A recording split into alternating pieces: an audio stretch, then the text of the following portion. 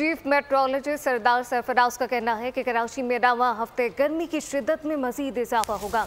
29 से 31 मई तक पारा दर्जा हरारत 40 से 42 डिग्री तक पहुंच सकता है। 20 जून के बाद मौसम में बेहतरी आ सकती है।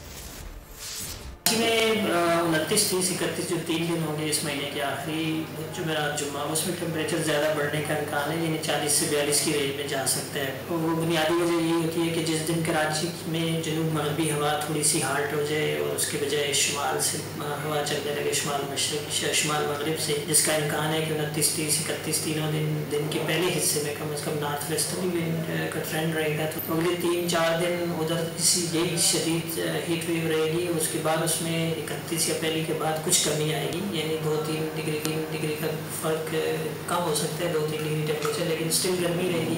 46 से 48 की रेंज में ज़्यादातर इम्कान है रहने का। बारिश का कोई इम्कान नहीं है कराची में भी और पूरे बाकी सिंध के जितने भी इलाके हैं उनमें भी। तो जून के पहले हफ्ते तक, यानी आप कह सकते हैं जून के 8-10 जून तक ये इसी तरह गर्मी का ट्रेंड रहेगा। कभी थोड़ा सा कम हो गया टेम्परेचर, लेकिन फिर बढ़ गया।